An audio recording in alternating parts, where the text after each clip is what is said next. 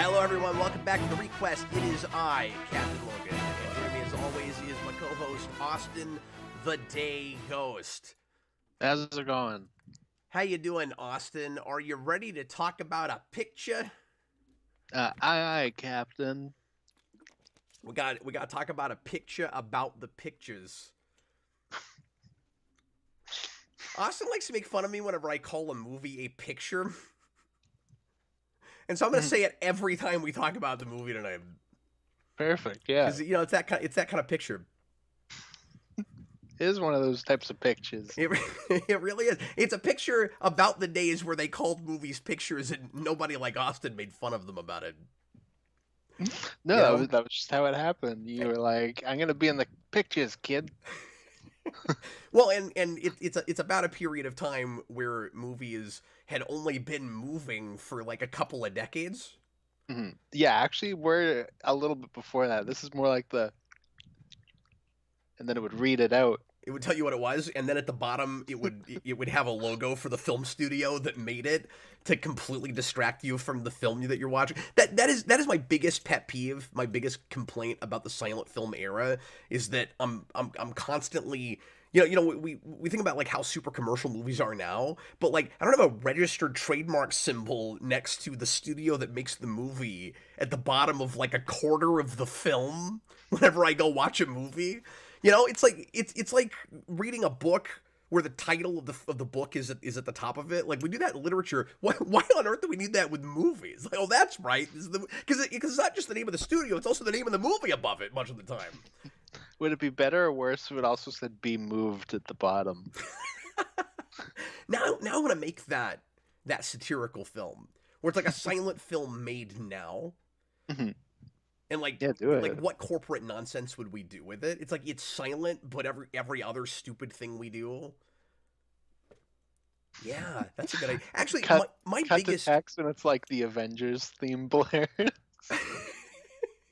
I gotta tell you before we even get into this, and reveal the sign flips and give you our thoughts on this movie. By the way, tonight we're talking about Babylon from 2022, a movie about the kind of a historical fiction piece. It's billed as a comedy, and like I was kind of surprised to see that when I was finished with it. I was like, I guess it is kind of a black comedy. But I wasn't even really thinking of it as a thing I was supposed to be laughing at while I was watching it. I was just like, this is one of those movies that is like super weird for lots of different reasons, but I didn't realize I was supposed to be I had laughing the whole time. Say it again. Said I had comedy like pegged as the genre the whole time. That's interesting. Yeah, I guess I was slow on the uptake on that. Maybe I'm revealing my hand or too much about myself when I say that, because it's like a lot of the things that I guess I was supposed to be laughing at are not things that are funny to me. It doesn't mean they shouldn't have been there necessarily. It's just like I have a hard time looking at that and going comedy, and it's not a comedy in the Shakespearean sense either, because it's pretty dour, and then it's not to get ahead of ourselves. I don't want to say if it's optimistic at the end, but like in certain ways it's positive at the end. I guess we'll talk about that, but it's not like a feel good picture. Exactly. It's not exactly a feel good picture, eh, kid. But anyway, what the heck point was I trying to make? I'm used to starting these an hour early. It feels really late right now. Oh, sorry, what? Said the point you were trying to make is this is a jokey movie. Yeah, it's a black comedy, and it's about it's about the transition in Hollywood from silent films to talkies, and it's kind of another triad piece. We got two of these in a row, Austin, where we've got kind of a triple protagonist. Mm. Well, Margot Robbie had two of these like in a row that year, like all in like the back half. That both bombed really bad. Because there was this in Amsterdam. Oh, I don't even know anything about that. Yeah, well, it's funny because I was like, oh, well, Babylon's on Disney Plus. Like, I don't really have to look it up. And then I go to Disney Plus when I'm about to watch it, and I can't find it. And I'm like 100% sure I saw this movie on Disney Plus the other day. So I kept looking, and then I realized it was that Amsterdam movie. So I had my wires crossed. That's really funny. Is that also a period piece? Yes. Do you know what Yeah. period it covers? Oh, I watched like the first half hour, but I can't remember offhand. Um, and that's another movie that's got like a crazy cast because that's Christian Bale, Margot Robbie, and I can't remember his name, but Denzel Washington's son, who's in a bunch of stuff now. Oh yeah, and Alex Barron says Once Upon a Time in Hollywood is also a triad with Margot Robbie Hmm. and And about film and a history. movie about Hollywood that's also a period piece, but set And it also has lots later of than this. scenes, or not lots of scenes, but like a scene of Margot Robbie watching a movie that she's in and reacting to the crowd reacting to her in the movie. It's It's crazy. like the exact same shot. Isn't it weird when when an actor is not just typecast but also winds up in the same situations that they're Mhm. in and other things? You wonder sometimes if one thing inspires the other, or if they're so typecast that like that particular personality type, writers can't help but think put in the same situations. Mhm. Well, with that specifically, that also it has two of the triad because it's also got Brad Pitt. It's just missing DiCaprio. Oh yeah. See, I've still never seen that movie, but I remember that from the trailers because I was watching a lot of movies when that came out, so I saw the trailer for it like 100,000 times. Yeah, it's funny because I was able to go into that blind, and I was also seeing a lot of movies, but for whatever reason, I just never caught that trailer. That's kind of nice though, Hmm. especially if it's good. Now, I think you knew some things about this going in. I actually went into this completely blind. I had no idea what I was walking into, besides that it was recent and it had Margot Robbie in it, but I didn't know anything else. I didn't even know who the director was. And this is a guy, of course, that I've liked before because this is Damien Chazelle, who directed Whiplash and First Man, and those are the only movies that I've seen from him. He also did La La Land, which he won the Oscar for. So he's done 4 movies now, and I've seen 2/3, or I've seen 3/4 of them now. Oh, okay. Yeah, I didn't realize that's who directed this. Um, the only thing I really know is that, like in that year, I was going to a lot of movies as well, and every single movie had both the Amsterdam and Babylon trailer. That's really funny. And I remember, You wouldn't have been surprised if it was the same director too. It's like why are they playing the trailer for this movie twice? What's happening? Um, no, and they were both movies. I was like, oh, these will probably be pretty good. And then they were both movies that bombed, and people went, eh, yeah. wasn't that great. I'm a little bit And curious to see what that turned into too. So that came out at the same time. yeah, I want to say like a month before. So that makes them both COVID movies too. And I want to say this will be the first COVID movie we've done on this Well, show. we did The Outfit. That's the Oh, same okay. year, no? Okay, no, that was last year, was it not?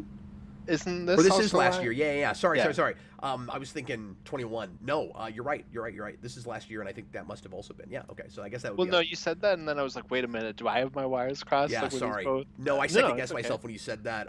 But no, I guess so that would make this our second COVID movie, which is funny because that movie was really well received, and I think most people watch that on streaming. I don't even know if that did it go to theaters. It must Yes, have. I I think. just can't even remember. But I was gonna say, like, Yeah. that's a movie that was really well regarded, and nobody watched our video on. Hmm. And so I'm expecting nobody to watch this either because it wasn't, real well watched. $80 million budget, somewhere between 70 and 80, apparently. I don't have exact numbers for it, and it only made 60. And I don't know. Does that surprise you at all? What is the deal? Is this just not the kind of movie people are caring about at the moment, or did it just cost too much to make? Because it's this day and age, I could see this being sort of a niche thing. Hmm. So it's Well, yeah, like because if this it's. movie only cost 20 or 30, 60 is respectable, but it was borderline blockbuster budget. Mhm. Yeah, it's hard to say. Because obviously it's your big throwback to like old Hollywood, but I don't know. Well, Margot Robbie's got like a weird thing where like a lot of movies that she was in were bombing at that point, and then she had Barbie in it, didn't bomb, but she was having a lot of issues with that for a little bit. Well, and ultimately this ends up looking like a big star vehicle for her, but originally it was supposed to be Emma Stone. Oh yeah, I saw that. Yeah, And she left over obligations for something else she was working on. I didn't look into what. it's And funny because if I remember right, I think Once Upon a Time in Hollywood, Tarantino initially said he wanted Jennifer Lawrence, unless I'm wrong about that. But I don't know. I guess Margot Robbie's also got a type of being the fill-in person. that's really funny. And at the same time, she's starting to kind of look like, the big, like A-list female celebrity right now. Mhm.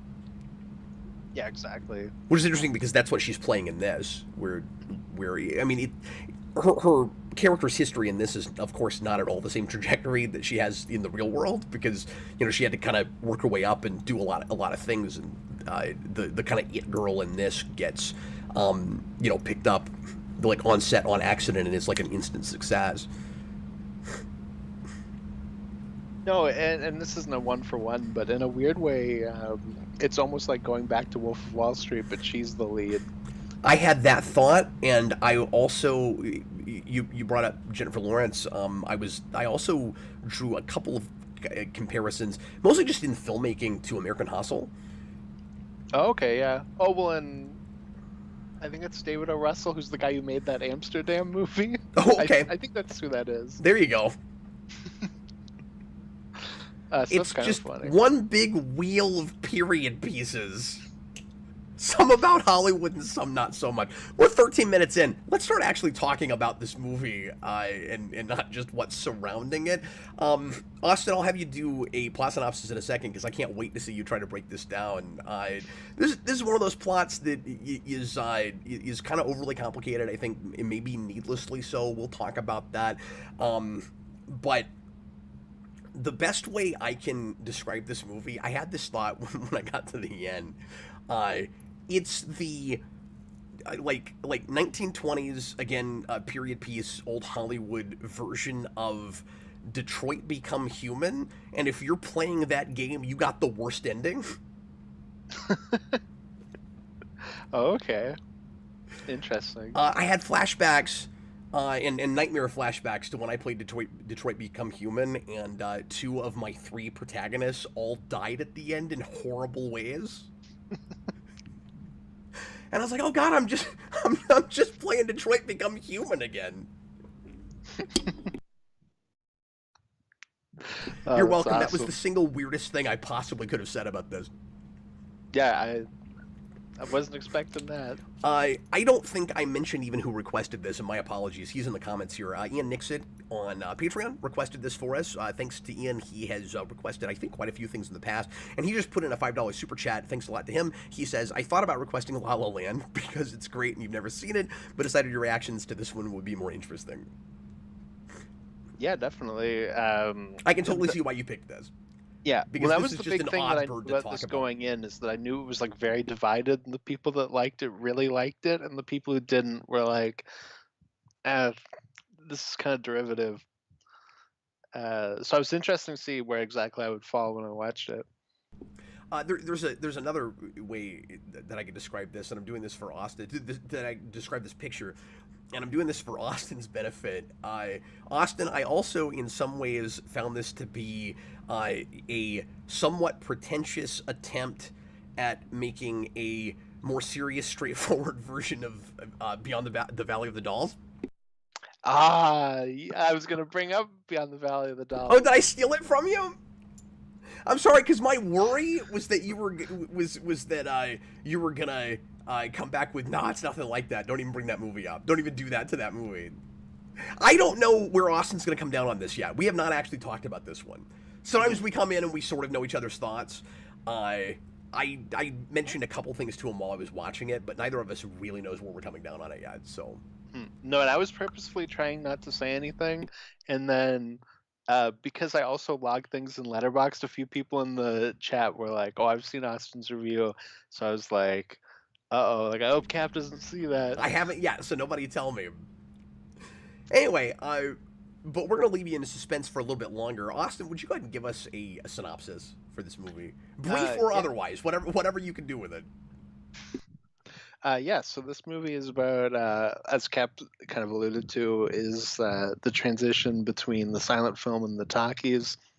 Margot Robbie plays a woman that goes to a crazy Hollywood excess party, and she, with the goal of becoming a big famous actress, and she's kind of spotted out by a producer and put into a movie, and she's able to become this big star that she wants to be, but she also ends up having ties to like the mob where she owes the money, and then there's a whole thing with that. But there's also two other characters. There's Brad Pitt, who is an actor who's doing actor things, and there's another main character who I think he's like a working hand. I think for a producer or something at the beginning. I wasn't entirely sure. I think I missed something with that. Yeah, But I he wasn't ends up totally sure what helping his out. job was either. Like, I don't even think his title would be as high as assistant director. I think he's just like he's referred to as like a coffee boy a couple times. He's a runner, maybe. I'm not sure what you'd call him.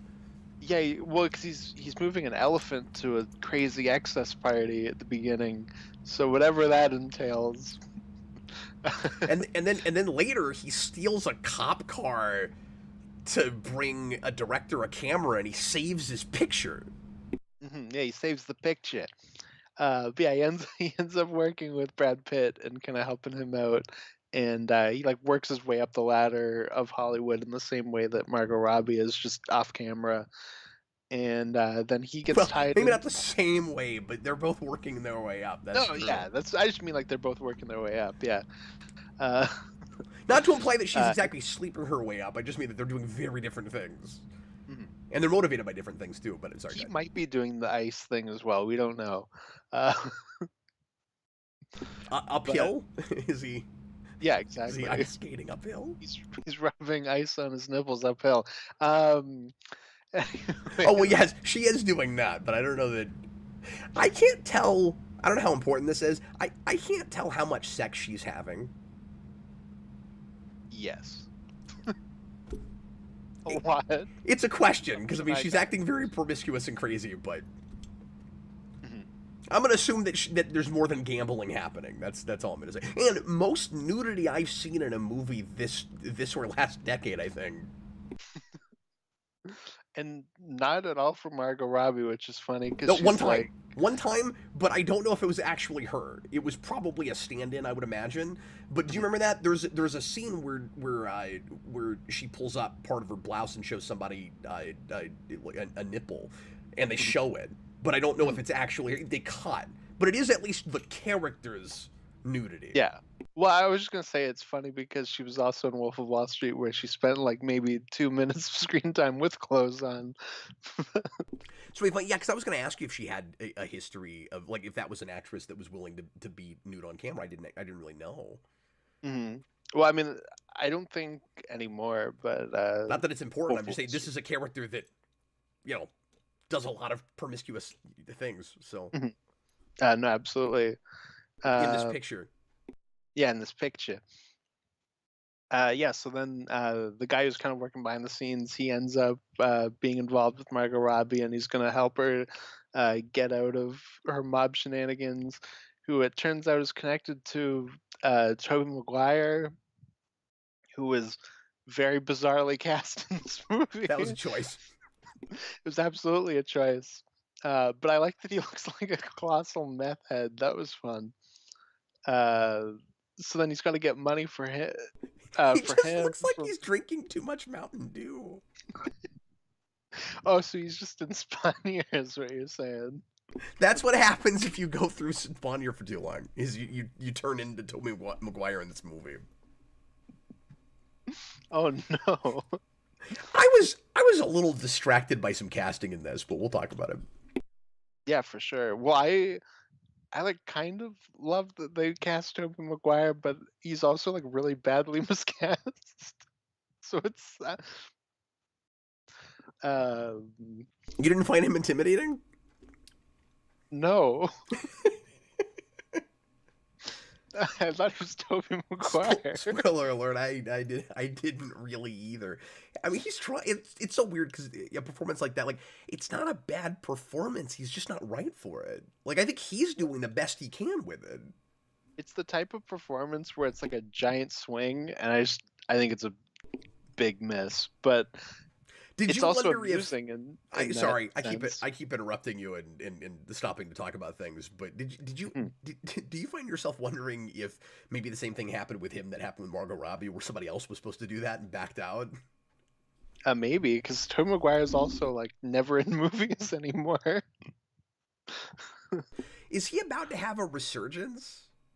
Do you think after Spider-Man? Well, he's gonna probably be in at least two more things as Spider-Man, so maybe. But I'm just wondering if we could have like a Brendan Fraser sort of thing happening with him. Or even like a Mark Hamill thing. What do you mean? Looks Mark Hamill's had a bit of that, like around 2015 That's true, but in live action. he never entirely went away though. No, but I just mean like in live action, like. But like Maguire went away, No, that is true. and Brendan Fraser went away. Yeah, no, but Like there you're were right. videos about how Fraser's- Hollywood won't cast this guy anymore, and now he's everywhere again. So But I also don't know if Tobey Maguire will get the whale. that's what I was gonna say. Is does Tobey Maguire get his whale? That's the big question. Will he get a Batgirl?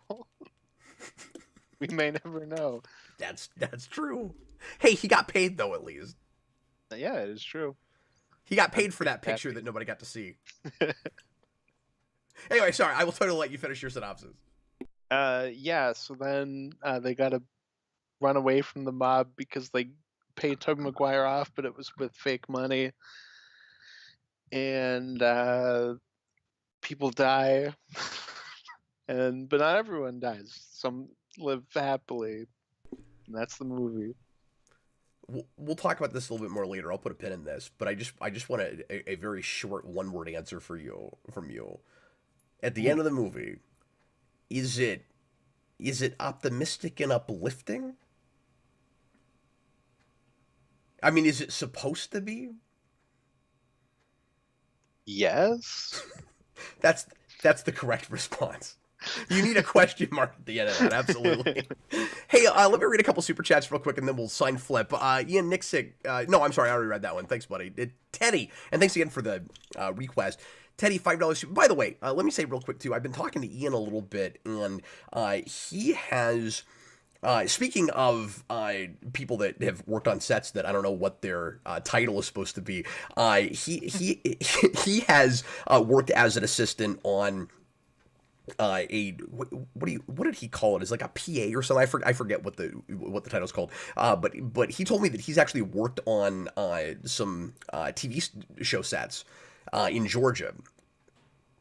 Back in That's awesome. 21, and I'm going to try to have him on next year to talk about his experiences, kind of like I did with DJ when he first started on the channel, about his experiences on the set of Spider-Man Homecoming. He worked on, Ian told, I hope Ian doesn't mind me mentioning this, but he's going to come on the channel and talk about it, so I imagine he won't, but he told me that he worked on She-Hulk.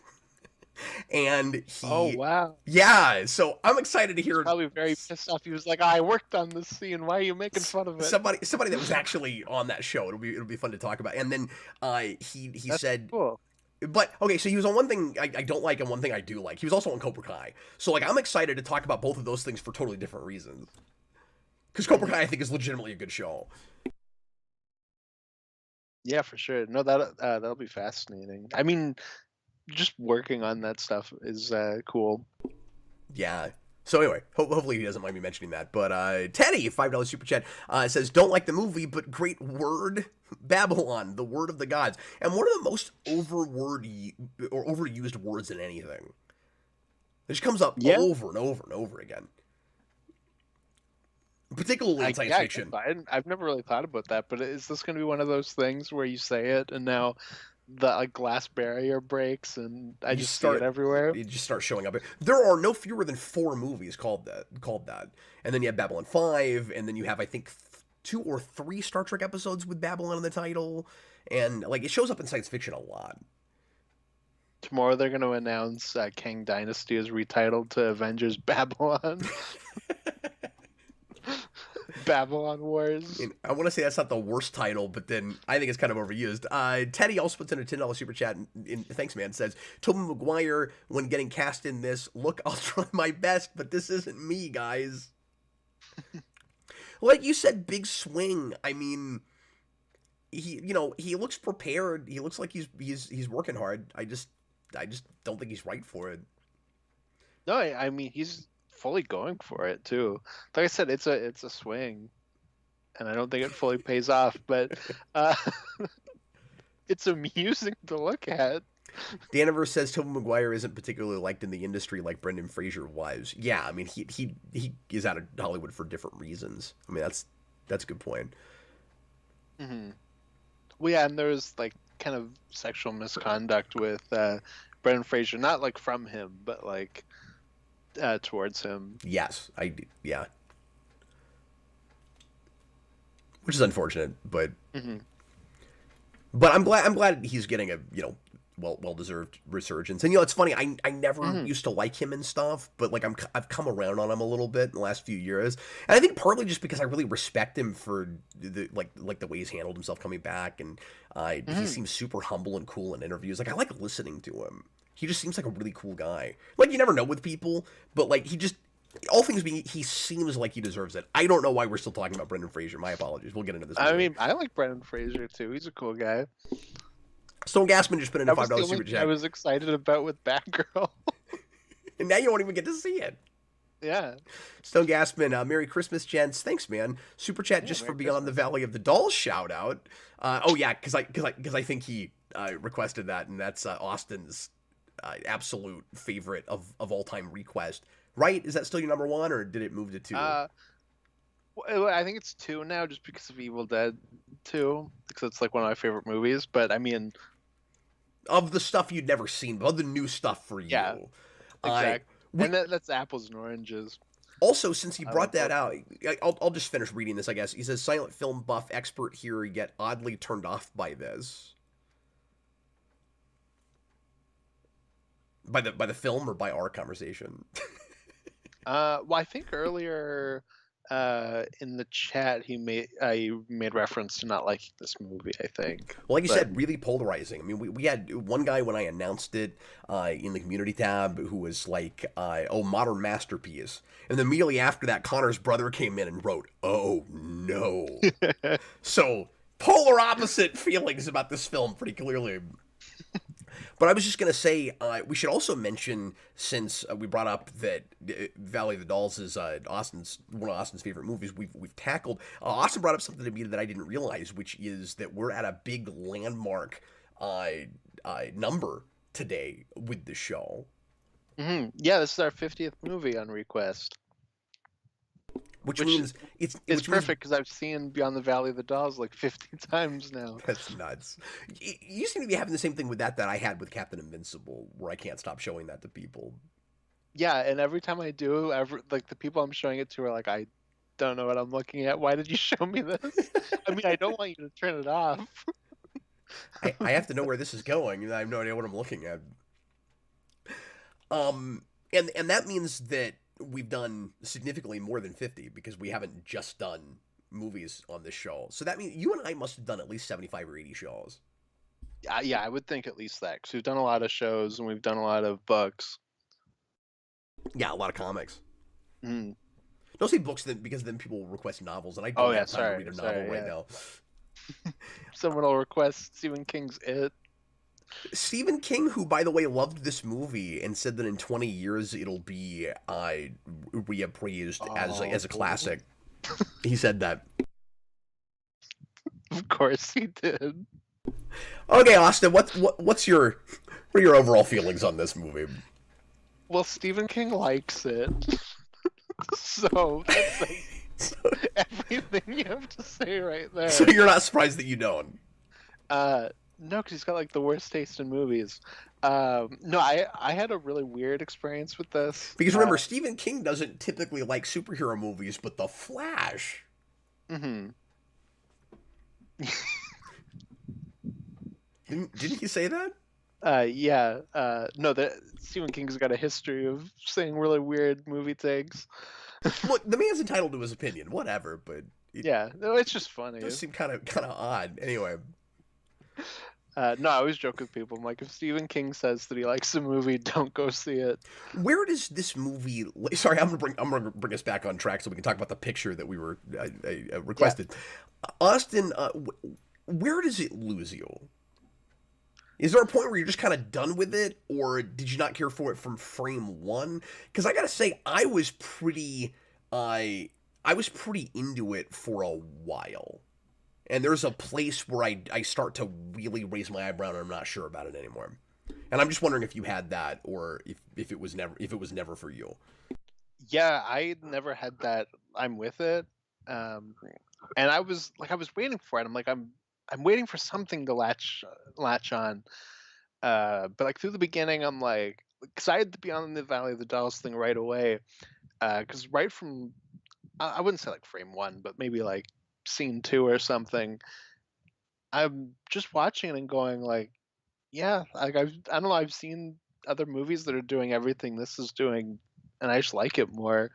Uh, and there's a lot of black comedy that's very much my taste, but like it was one of those things where I was counting the beats. Like there's a part where Brad Pitt he's doing this big speech and he gets up on a table and he falls off the balcony, and I was like, that is funny, but I knew that was going to happen like 3 minutes before it did And you knew because it he'd was drop into a pool, and it was so there's obvious that some like none of it played. there's some kind of predictable stuff. I mean, how much of that is just we've now made too many movies on too many different subjects, and how much of we're like it gets harder and harder to do something that really feels fresh and original, or is that an excuse that you might make because the execution just isn't there?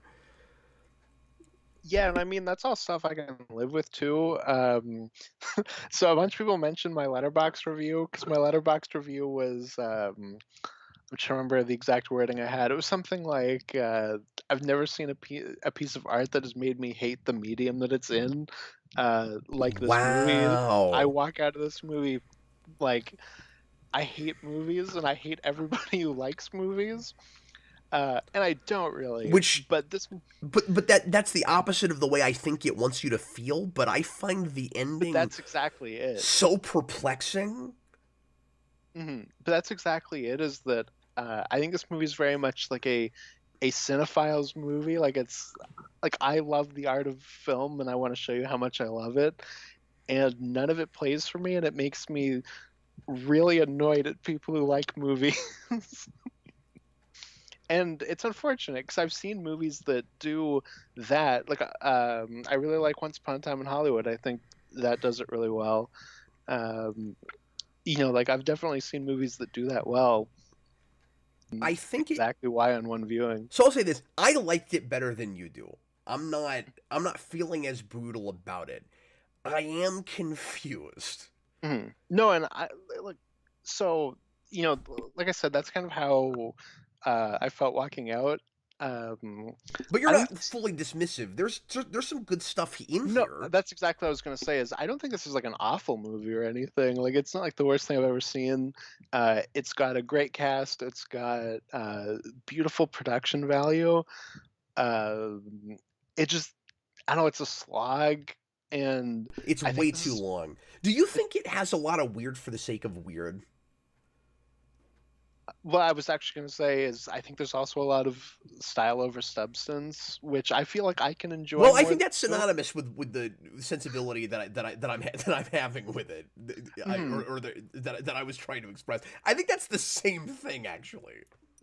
Yeah, no, and I feel like I can enjoy that more than you do. But I don't know. Just didn't land. There were pieces and ideas that really resonated with me, and also things that I found off-putting that I can easily compartmentalize if the story overall is compelling and I'm immersed in it, right? So, like, you have a scene, and I appreciate that right away it sets the tone and kind of tells me what I'm in for. But I mean, you have a scene right away with an elephant like defecating on men's heads, and I'm like, And then 2 seconds later, you have a golden shower scene. Like it right away is going like, yeah, you're gonna see some gross stuff, which I don't mind. Like that's whatever. in like massive orgy But I was fest. laughing thinking about your Very, reaction. very quickly, yeah, and it was just kind of shaking my head like, okay, I gotta sit through this kind of thing for 3 hours. uh I guess I kind of appreciate that, like you said, production value, but like panache and gravitas isn't the right word, but like you said, there's some really pretty cinematography. It's a movie about movies Absolutely. that's really well made, so like it earns that. I don't know, I just like I said, ideas that really resonated with me. I find 2 out of these 3 protagonists pretty relatable, and I appreciate their motivations and what they're after, and find them kind of tragic in their own ways. All 3 of these protagonists are. There's 2 big things happening. They're all trying to find escapism in Hollywood, both in the art and in the job, and each of them is trying to escape a different thing. And they're also there's also kind of a exploration, of course, of identity to varying degrees with each of them. So on one end with Margot Robbie's character, you have someone that is like a chameleon, taking on kind of any identity she needs for the moment and just sort of going with the flow. And then you have one guy with the Hispanic protagonist who kind of throughout the course of the movie has a flip and changes his whole personality, even though like the actual man hasn't changed, but he wears a mask in order to make it in the industry. He has to make brutal decisions where you can, and I like this about it a lot, where you can tell that like it crushes his heart and his soul, but he does it to get to get through. And then on the other end of the spectrum, he's in the middle. And then on, now I'm just analyzing. And then on the other end of the spectrum, I'm analyzing the picture. Awesome. Yeah, Brad Pitt's character, I think he gives a really solid performance in this. He refuses to wear a mask for anybody, and he's not looking for escapism in the same way as either of the other 2. He wants realism. The escape for him is actually his home life. He's trying to escape his wife and mundanity and monotony, and he's he's sick of the politics and the fakeness and all of that. So like those ideas really resonated with me. The speeches about like with him, the whole thing with the tabloid reporter telling him that like his time is, it will spoil things, of course. His time is up in working in Hollywood, in being the big star, but he's attained immortality because people will keep watching his movies. That idea really resonated with me. I liked that quite a bit, and also the speech that the Hispanic guy has toward the beginning, again about the escapism of the art. Because all 3 of them are also about art in different ways too, which is interesting. Like, this is one of those movies that might be kind of more interesting to write about and talk about than it is than the actual story it's telling. Again, like the pieces are all interesting. I just don't know if it's coming together well enough by the end. But his With that specifically, for me at least, I was like, I don't know, like I've seen that done better. Like it's well, that's fair. What Once Upon a Time in Hollywood's about. And I haven't seen that movie. That's the thing, is I'm pretty sure I've missed some of the movies that do this better. Yeah, no, for sure. So it might have been more for me than you, in the sense that like ignorance is bliss, and so like if this is, what is it, like baby's first movie about Hollywood made by Hollywood. Not that I've never seen one of those, but like clearly I'm missing a couple of more recent ones that have maybe handled some of this stuff better. But the whole thing he goes on about how like movies can be like you can be anyone you want to when you go see movies. Like you're right. I mean, I've seen that before, but I don't know. It's just an idea that resonates with me, of course. No, Uh, no, of and course. then all the discussion with Brad Pitt's character about whether movies are a lowbrow medium and kind of the class warfare and the elitism and all of that. Like you expect that in a movie about Hollywood, and it had that as much in the 20s and 30s as it does now. I did kind of appreciate this idea that things haven't really changed that much. Like I kind of got No, that because from every it a little medium bit. has to deal with that at the start. But one thing I did, yeah, because of course people get into power and then they lock the doors and don't want to let anybody else in, right? Like that's why that happens right at the start. But one thing that was maybe refreshing about it is I felt like the roles with Brad Pitt and Margot Robbie were a little bit flipped from what they might have been if you made this movie 30 or 40 years ago. I just had this thought where usually it's the young woman that's afraid of getting old and that won't be able to get the kinds of movies that she was getting, or any movies maybe, because she doesn't look like she used to and would have to get a lot of plastic surgery or whatever, and she's not getting cast in those roles. We're doing that with Brad Pitt. Hmm. Yeah, And arguably yeah. I something guess close just to what we do now. what she's doing. Maybe a man would have gotten that role in like the 70s. Hmm. Yeah, I hadn't really thought about that and just how we switch it, because that's also what Once Upon a Time in Hollywood does. So I guess maybe that's Of just course we it make does. movies now. Well, because of course you have DiCaprio's kind of an aging star, and then she's Sharon Tate, who's the kind of new direction of Hollywood at that point. Um, no, that's interesting. You are probably right. Like we probably would have flipped that if we made it like decades earlier. Well, and that is a criticism that I have with this movie is I feel like overall it's kind of too modern. Not Mm. necessarily in that. I mean, like I said, I haven't seen that because I didn't see Once Upon a Time in Hollywood. But just the overall tone of this and some of the dialogue writing, and I think it's kind of overwritten. But Mm. with certain choices, like I said, particularly with dialogue and stuff, it's just a little too contemporary. I didn't feel enough like I was really in that period, and I didn't feel like that Yeah, was I had I didn't feel a like that was part of the satire either. I didn't feel like there was an intentional anachronism. I felt like it Mhm. was just not as genuine as it kind of wanted to be, and it's not just about profanity.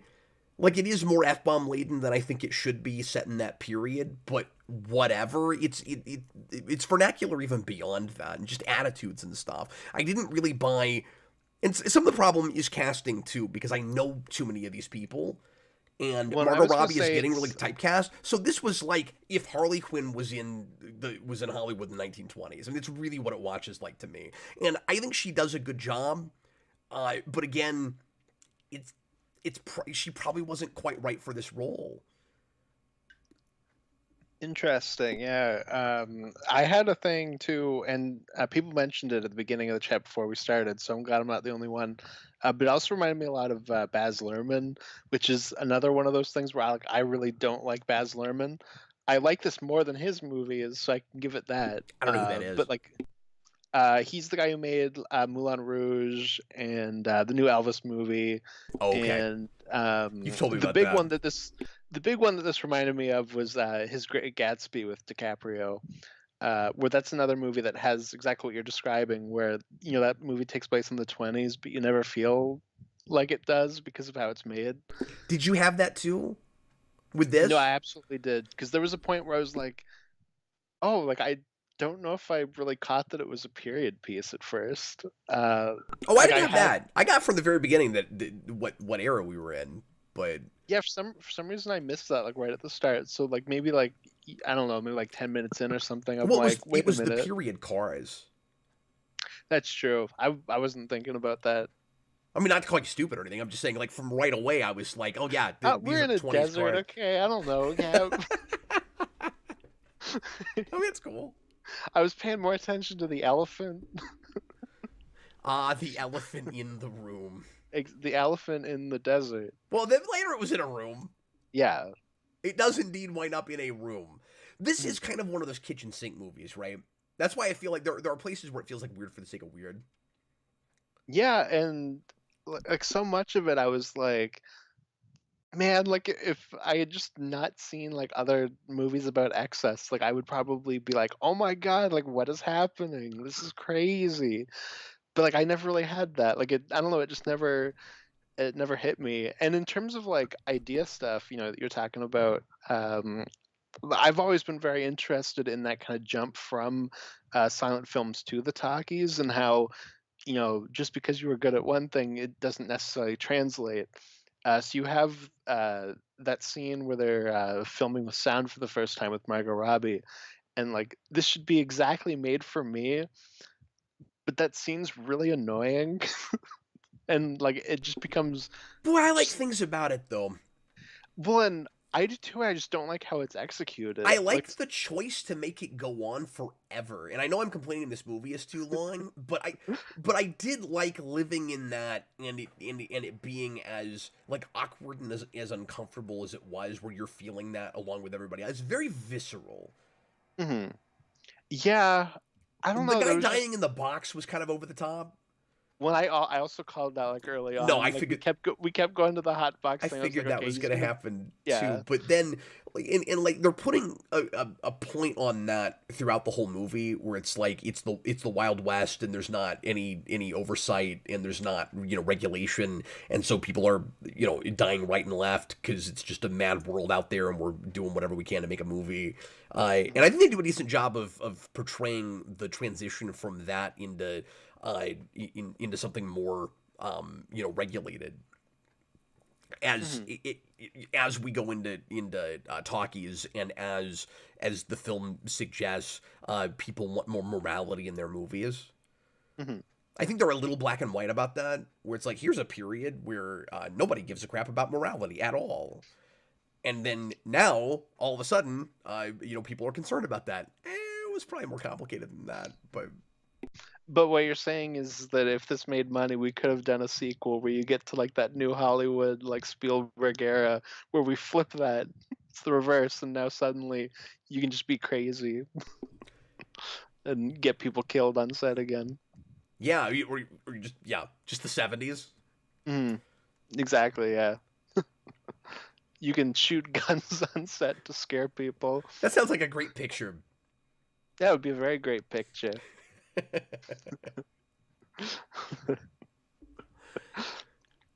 Goofster in the comments says, "I will say I prefer this over Once Upon a Time in Hollywood, if only because it doesn't spend an inordinate amount of time just driving around old LA." Ah, no, the driving around old LA is awesome. uh, so one of the things that I had a hard time parsing out with this movie, Austin, is it is. I'm gonna break this down because I just have to talk it out. I'm just not sure how to feel about it. Hmm. It is simultaneously a celebration of film and the medium and what it can be for people. Of course, I like I said, I like that discussion about is it lowbrow or not. I just because people are poor doesn't necessarily mean they don't have discerning tastes. I like dealing with all of that. But simultaneously, it's a celebration of the medium, but it also reads initially like a criticism of the way we get there. So, like, we get this art or we get this entertainment or however you want to look at it, but at what twisted cost? And I think that's part of why I wasn't really picking up on how comedic it was supposed to be, because it didn't watch funny, it watched just screwed up, where I'm like, it was portraying these people like, and there's I'm sure at least a grain of truth to some of this, where it's like, here's a bunch of degenerates that can't get jobs doing anything else, so they all come together. This is what it watches like in the movie. I'm not saying this is what it is in real life, but it's like, here's a bunch of degenerates that don't know how to act like adults, and they all get together and they make an industry where they can be insane, crazy people and get each other killed, and nobody cares because they're making something that people like and want to And go it see. never changed. Yeah, and Again, it's more complicated than that, but there is there's some truth to that. And what I mean is, they all go off and make this elite industry where they act all snooty and holier than thou, better than everybody else, and you can't come in, and that makes people think that they're sophisticated, superior, better than other people, but they're really just a bunch of crazy people that want to go watch like somebody have a fight with a rattlesnake. Yeah, and Eric Roberts. I was like, oh, he's here, and he's gonna fight a snake. Yeah, and then he didn't. Yeah. He just passed out. So then, you get to the end of the movie, and it ends on this, and of course people are waiting for us to talk about this in the comments. Folks were discussing this earlier, and again, full spoilers. It ends after 2 of our 3 protagonists have died, and the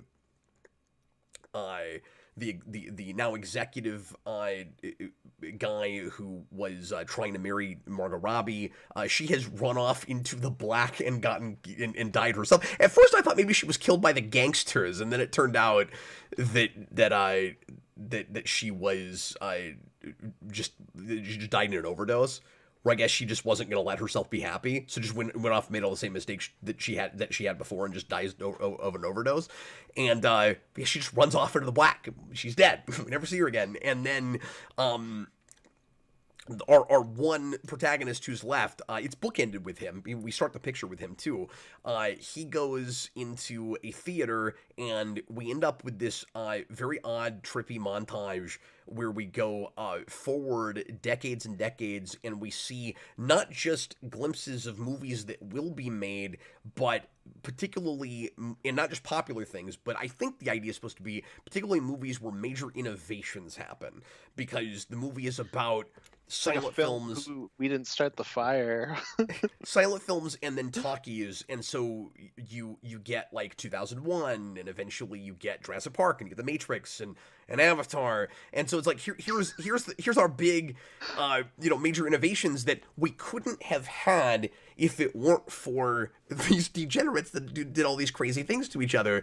And I end this, and he's got this like smile on his face, and he tears are streaming down his face. Like at first, he's watching Singing in the Rain, right? That's the movie that he's seeing. Which, by the way, I wasn't sure how I felt about, because I was drawing comparisons the whole movie to Singing in the Rain, even before that song comes up earlier in the movie, because that's another movie, of course, that I've seen that's all about that transition. It's about now it's talkies, and we've got a woman that was super famous, but her voice is crazy shrill, so she can't be in the movies anymore.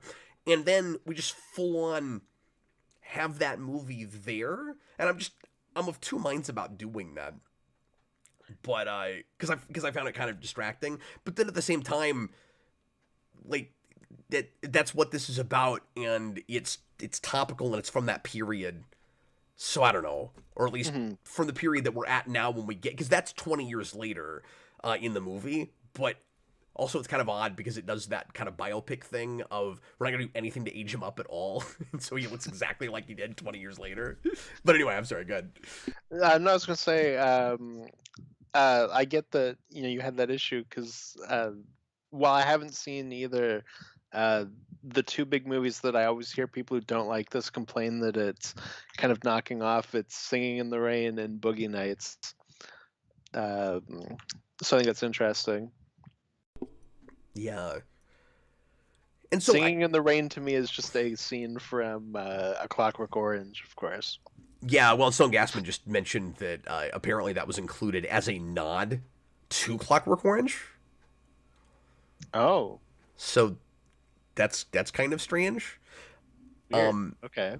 But if you ever get the chance, Austin, watch that musical at some point, because I mean, like, it's obviously super famous, and kind of a cliche at this point, but it's a very good movie.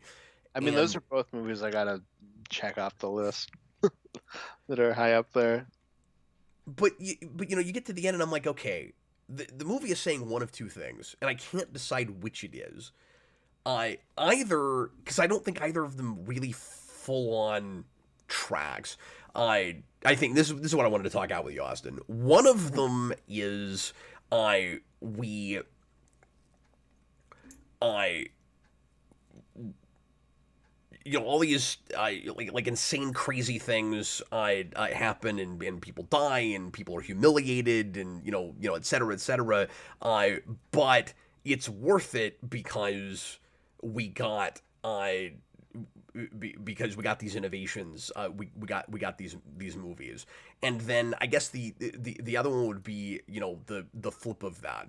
And like I can't decide how critical it is of the movie industry by the end, but the fact that he's got like tears streaming down his face, and it watches to me at the end like this was all worth it, like in spite of everything.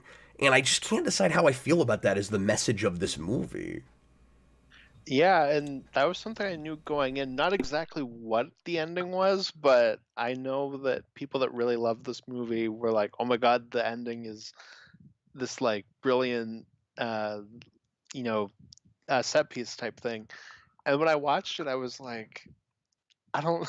This is harsh, but I was like, I don't know. I feel like I'm watching like a student film, being like, "Look how much I love movies! Like, isn't this awesome?" And It I'm like, it read really pretentious to me.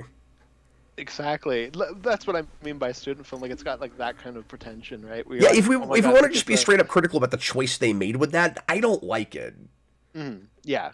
Just on the Uh, face of it. But I'm also just trying to decide what it's saying, like what the for actual message is? Yeah. what is the message, and what is it saying for that character in his arc? And then third, what is he, and this is what's pretentious about it. I don't want to just throw that word out. Here's my backup for that. Okay, Hmm. it's in scene. It's too in scene. They get kind of Stanley Kubrick about it, where it's like, here's this crazy montage, and then we jump back to him, and like, was that all just for our benefit, or was he like kind of imagining the future, and he just you know got it right, or like what is that scene from his perspective? Well, I think it's supposed to be like, and this is like a very Baz Luhrmann choice, but it's, he's watching this movie, and he's seeing the kind of magic of cinema. So instead of just playing like a scene from Singing in the Rain, it's going, okay, like how do we effectively show that to a modern day audience? And it's like, this is the choice they made, is like, here is literally the magic of cinema, like going from the very start, of that the footage of the man on the horse to, I think Avatar is the last thing they show, or the newest thing. It's not the last thing in that montage, Until but they like the just newest show movie, like colored colors and celluloid stuff. for a Yeah, minute and a half. yeah. No, after that you get like a little bit more trippy, but I mean like in terms of that Yeah. kind of linear thing. But I think that's what that's supposed to convey. Um, but I do think that is supposed to be like optimistic towards the film industry. But how do you feel about that? Like, I guess what I'm asking is, I'm having a hard time articulating this. Is it saying, this is what I mean by the two possible messages? Is it saying it's okay that I that like people treated each other that way, and that these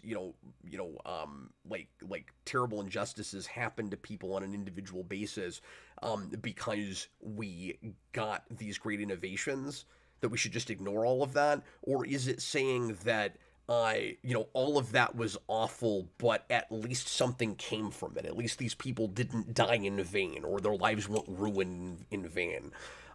Yeah, I Do you think see the it's distinction? no, I think it's almost like it kind of all melts away because it takes you to like another place. Like, it's that kind of a thing, right? Like That makes me it's uncomfortable. I don't think it should melt away. You know what I mean? Like, yeah.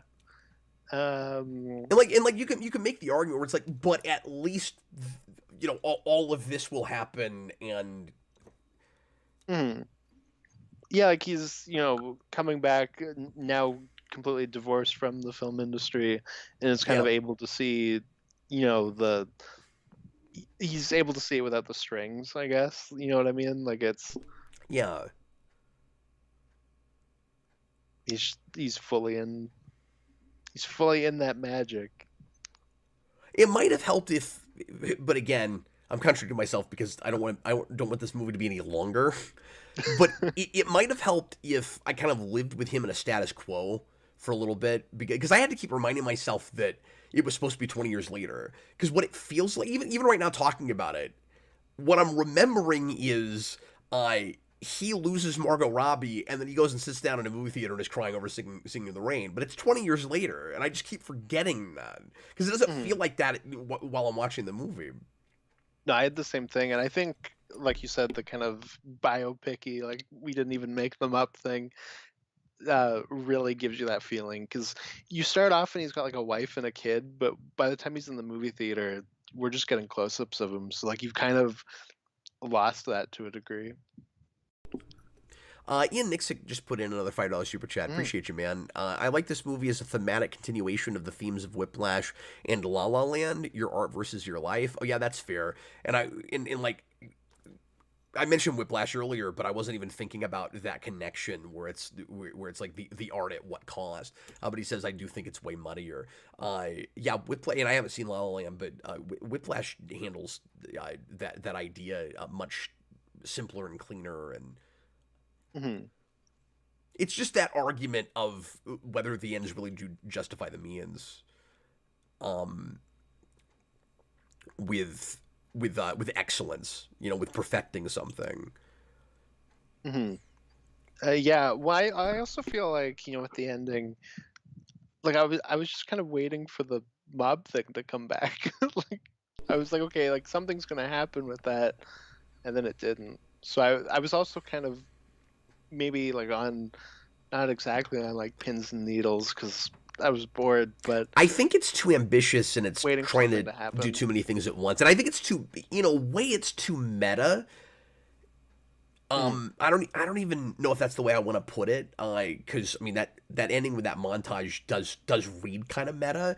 But what I mean is it's or maybe just too cutesy thematic, right? Where it wants to be a really wild, insane Hollywood movie about wild, insane Hollywood movies where it's going, all of this feels impossible, but we know that sometimes life is stranger than fiction and some really bizarre things really did happen in Hollywood to get you to some of these movies. And so if you track it back or you look at a second viewing, a lot of the insanity that you see, particularly at the beginning with the silent films that are being made, is being almost replicated in the structure of the film and the scenes they're giving you. And so I felt like, okay, we have to have a crazy mobster plot because that's what in old movie with you know like no strings, no censorship I would have done. And I don't know if there's a point being made about going all the way full circle because certainly censorship in various ways is still an issue these days, but it does seem to kind of be saying, in the 20s you could make a movie with like all like sex and nudity and violence and any themes you wanted to, and there was nobody telling you what you couldn't do, and so we're gonna make a movie that's not going to be censored. We're not going to be told we can't do all those things in showing all that. So in a way, it's full circle. Like it's not really full circle. Hmm. Yeah, no, and in that way, it's very much, as we've kind of said, a throwback to old Hollywood and taking some of those tropes. And with the mob thing, especially, you're kind of building it throughout where there's always this talk about, oh, well, she owes money for gambling. And then you finally get to him, and it's like a Jabba the Hutt thing where you're building up, like, oh, this mob connection, and then we It's weird finally sometimes get. when something pays off but still feels out of nowhere. Because Well, it that's did. because it That was felt out Tobey of Maguire. that felt totally out of nowhere. But I think some of it was I didn't, and this might just be a personal thing, like what resonates with you, what doesn't. But I alluded to this earlier when I said that two of these three protagonists I found pretty relatable. Um, Margot Robbie felt more like an archetype than those two did to me, and they like all the homework is done, but it still doesn't come together totally properly to me. I don't know, and maybe some of it is just I'm distracted by the fact that it's Margot Robbie, and I feel like I'm just looking. I don't know if you had this. I felt like I was just looking at Harley Quinn the whole time. No, I mean, kind of like in places. I was like, I'm seeing some of that, but I don't know. She stood out to me a little bit more I had that a little bit with Brad Pitt, but I'm also not like a giant Brad Pitt fan. Like I like him a lot in certain movies, and then other movies I think he's kind of just Brad Pitty. So I was having a little bit of that with him, and he had moments where I thought he was really good. Um, but I would say I His had that more suicide with scene him. is pretty strong. Yeah, no, absolutely, no. His ending's really good. And that was sad. I felt for that guy. I didn't understand why he ever married that woman. Well, he's always with like terrible women. His his wife seemed awful, but then you don't see them at the start of their relationship, so you got to give him that a little bit. But I always hate that feeling where it's like, well, I kind of find you sympathetic, except you have horrible taste in women. Well, he starts with Olivia Wilde. Oh, I guess you do see the beginning of the relationship. I had it in my head that they were together the whole time. Uh, no, I don't think so. No, yeah, I don't know. I can't remember now. It was 3 hours, and I felt like Now I you saw got me six like, different movies. yeah. No, it's absolutely a thing. I had that at one point because early on I was like, "Whoa, it's so weird seeing uh, Margot Robbie and Samara Weaving in the same scene together because they're both like the same person in my mind. Like they're both just blonde Australian women that I've never seen in the same room." And I was like, I was never convinced they weren't the same person. And then they show up, and then like 2 hours go by, and I'm like, oh yeah, I forgot she's even in this movie. Nicholas, oh sorry, oh yeah, no, that is who it was. Pardon me, Nicholas Bodo. Cap related to them because they're dudes. That's not fair. Cap, you're showing your hand. Oh sure, that's what it is. No, I almost called her Harley Quinn again. With Margot Robbie's character, it's just let's break this down for a second. So she, I like how would you describe Austin, like her primary motivation for getting in Hollywood, and like why she can't stop going back to gambling and all of that? Well, she wants to be a star. Right. Well, she says she already is one Yeah, because those are born not made. You see. yeah, she's Bucky Larson, wants to be a star. And then she likes money. Okay, I'm trying to involve you in this analysis, Austin. But yeah, so she I mean, is. yeah, I don't really like any of the characters. So like, no, I agree with you, but Um. Yeah, I but just I just didn't. I didn't I feel had like moments of Harley Quinn, but like I thought she was doing something completely I didn't different. feel like I That's my only point. fully well, and I'm not saying that she's a crazy person. She's got the like free spirited because one of the things she's after, Well, and clearly that's where you're seeing the Harley of is it all. Is yeah, like that aspect? freedom, escape, needs to get away from her real life. And there's places where I sympathize with her and feel bad for her, like that scene where she hears the conversation on the other wall, on the other side of a wall, about how like she's pathetic and not talented, and her father's an idiot and she's never gonna work in this town again. Like that was sad. That was rough. I appreciated that scene, and her frustration with not being able to just improvise scenes and having to find marks and all of that in that scene we talked about earlier. I thought that was really strong. That was probably the best part of her performance. Actually, was that scene.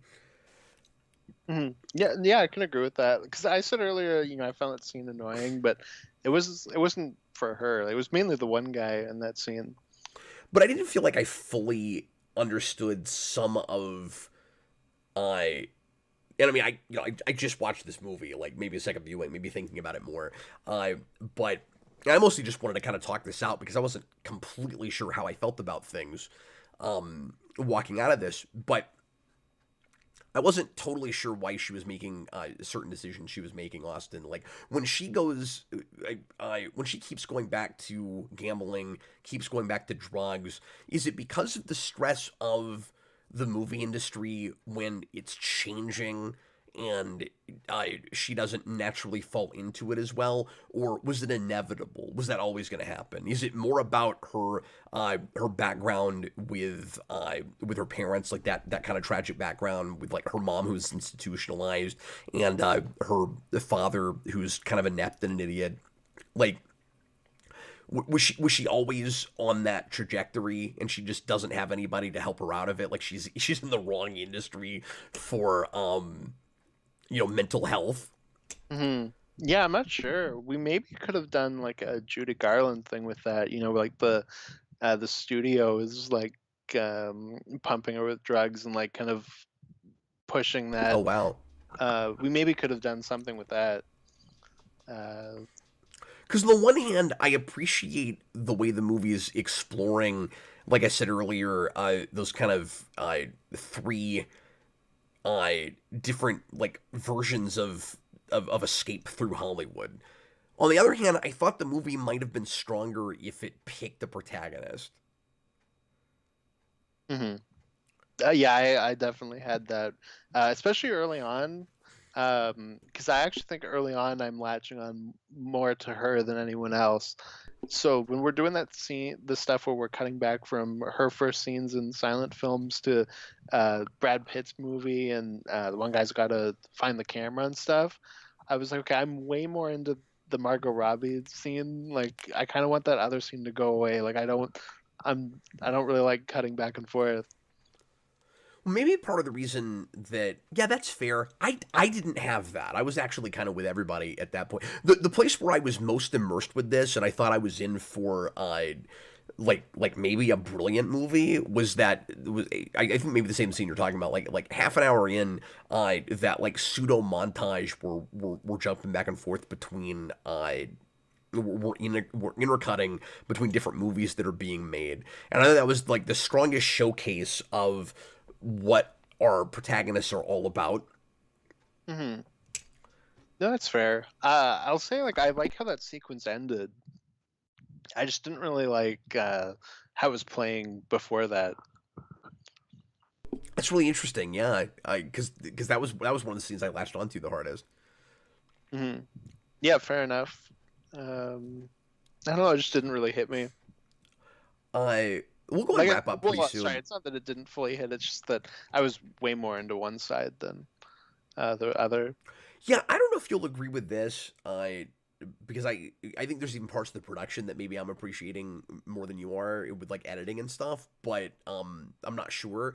But like I would I describe part of my experience with this movie as like I felt like it's good at uh telling story with like a capital S, like a filmmaker doing a job keeping you emotionally invested, making things interesting, kind of giving you that escapism where you're sucked into a scene. I think it's better at telling story than it is at telling the story.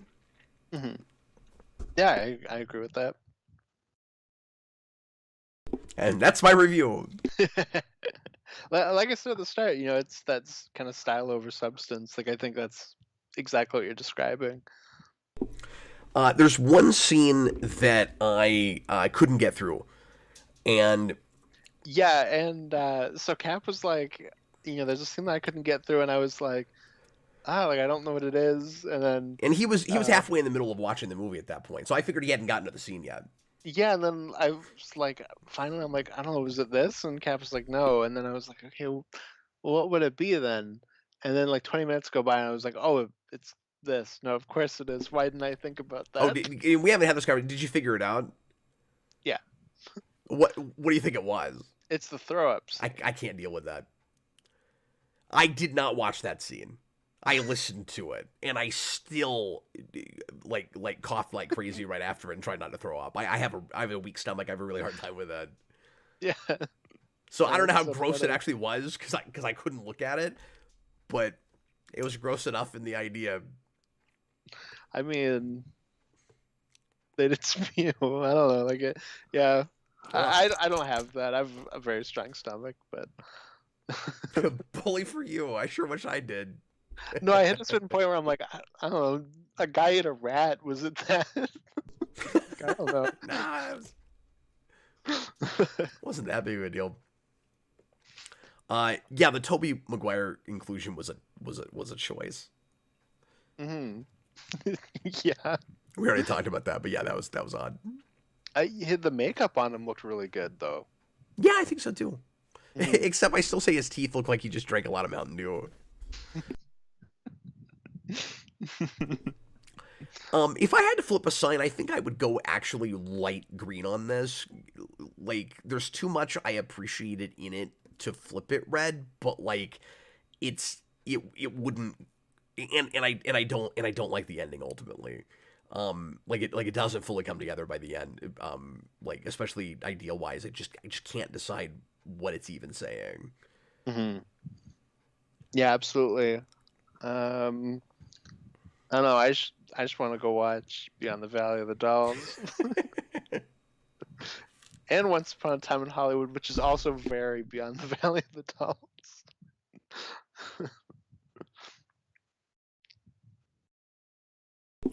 Let me pull up my list for next time because I actually don't know what we're doing. I usually have this up, but I forgot to do it. Guys, we will probably be off next week for Christmas, and my wife's gonna deliver any day now, so I'm gonna take at least a couple weeks hiatus, if not longer. Overall, I might come in and stream every now and again for just random fun impromptu things, and you might see Austin too if he wants to come in and do something with me, but so everybody waiting on ReQuest, just know it's going to be at least a couple of weeks, into the new year. But the next one we'll do when we come back is a movie from the year I was born that I've never heard of. And Austin, I've not looked this up. I don't know what this is. I don't know anything about this. It is something that Josh asked for, Doolittle, and it's called Stop Making Sense.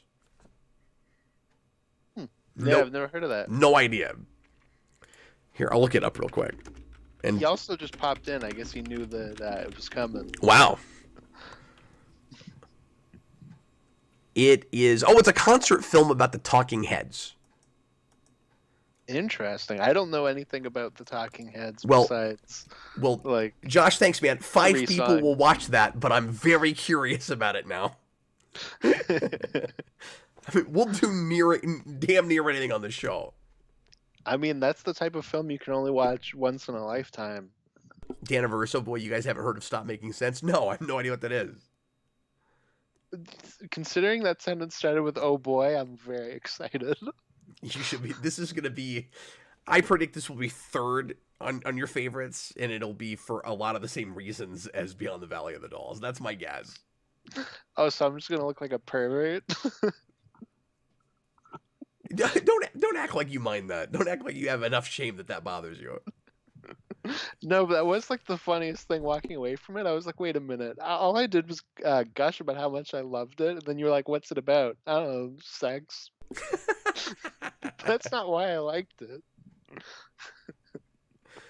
Well, anyway, folks, thanks for watching. Merry Christmas, Happy Holidays. I'll be back tomorrow night for a kind of Captain Logan show closer. We're going to do a rapid fire show, which makes a lot of sense with the way my voice has been. But hopefully I can get through it at least. I don't know. We're going to try to do a full 2 hours. I'll try to do at least an hour of rapid fire.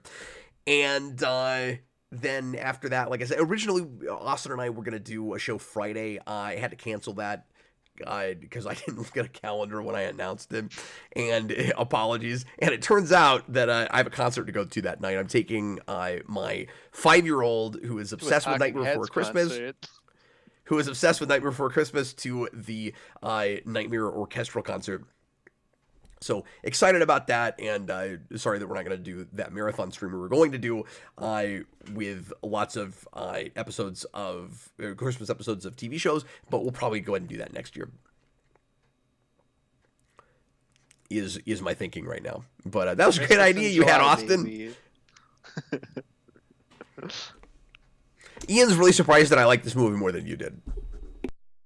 Yeah, No, because you messaged me about halfway through, I think, and you were even like way stronger on it than you ended up being. Yeah, I So was. I assumed we were going to be very polar opposites, and we kind of weren't. But um, that was making me go like even more excited because I was like, okay, Cap's really liking it, so like, there's a good chance that I'll probably like it. And then I started it, and almost immediately I was like, okay, something's off.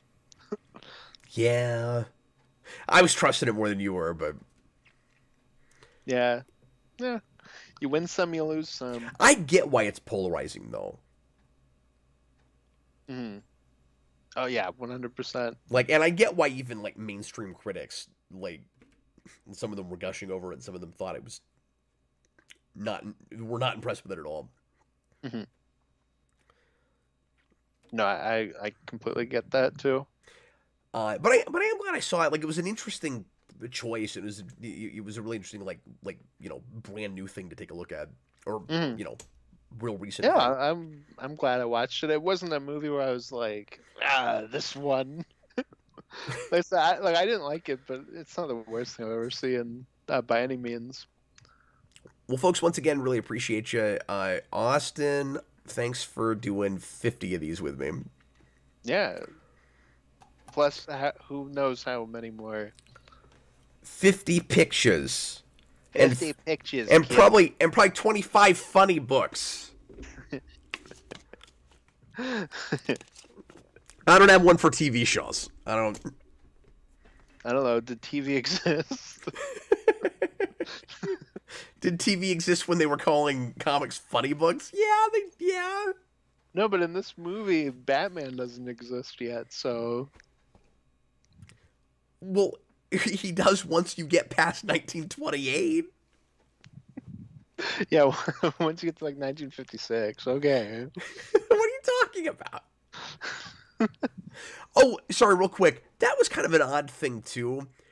I had no sense of the Great Depression whatsoever watching this movie. Yeah, I was a little disappointed about that because, It was like it just didn't happen. yeah, I wanted to see like Peter Jackson's King Kong in that way, where we, even if it's not like fully developed, like we're seeing more of it. And I guess you get some of that with Margot Robbie where she lives initially, but we immediately walk away from it. I So, also felt like we spent. I meant to talk about this too. We didn't really deal with like the racism issues and stuff. I felt like we spent too much time with the with the black horn player for him not to be like a fourth protagonist. It did feel kind of weird that we kept cutting to him. mhm. I had that Like too. too disconnected with the other characters, and I thought that was a really good performance. And like I liked that character. I felt bad for him. There was a part of me that almost wanted him to be like one of the three. So I'm not saying like, oh, that character shouldn't have been there. It was just narratively, it was kind of odd that occasionally we would. And I had forgotten until I went back and looked at a synopsis that he's actually there from the beginning of the movie. Mhm. Um, Yeah, because that was some of the stuff it's that just I a was while before enjoying we right get away back to him. was some of that jazz music. Oh yeah, no, that was killer. Somebody Mhm. asked about the soundtrack. It is a really good score, It is, yeah. and it's got a couple of different themes that wind in and out that I like, and it does that fun thing where there's a scene where the band at a dance is or like at a dance hall is playing the music in the score. Mhm. That's always fun.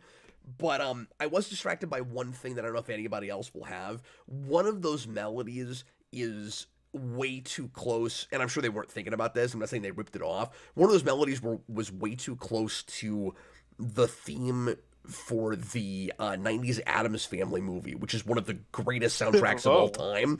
And I had that stuck in my head, and I that was very distracting. Where I was like, how do we keep going back to Addams Family? It's weird. yeah. I don't even know what that theme sounds like, so That is a killer score.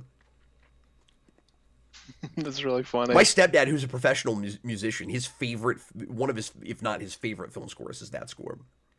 Wow. One day I'll rewatch it and then I'll find out. I saw that again for Halloween this year. I remember in high school there was this girl I liked, and she was like, I found out she'd never seen Terminator or Terminator 2, and I was like, that's crazy. And then like a month later, she had that same reaction to somebody never watching The Addams Family, and I was like, really? The Addams Family? You never seen Terminator 2? Get out of here. No, one of these was a bigger deal, certainly. This I is don't a know. I was also little like bit 17. more These are the influential. things you think about when you're 17 and stupid. That's a cool movie, though. It ain't perfect. I don't think I like it as much as I did like the first time I saw it, years ago. But Mm. Yeah, for sure. I'm also a big Barry Sonnenfeld fan. I didn't even realize he did that. He directed that. That's a real early picture for Barry Sonnenfeld. I mean, it's got a great cast. I think I might keep doing it for the rest of time. I think it might not just be this video. You should. It's always funny to call movies pictures. Well, anyway, once again, appreciate you guys. Thanks for all the love in the comments there. Folks kind of excited that we're already to 50. Appreciate you guys watching, and we'll see you again real soon. I was Captain Logan, or I'll see you again tomorrow night, and then hopefully I can pop in here and there while I'm on something of a hiatus. But I gotta play next year by year because we're gonna have another baby in the house. But never fear, we will have shows. And in the meantime, once again, I was Captain Logan, and this was Austin, the Day Ghost.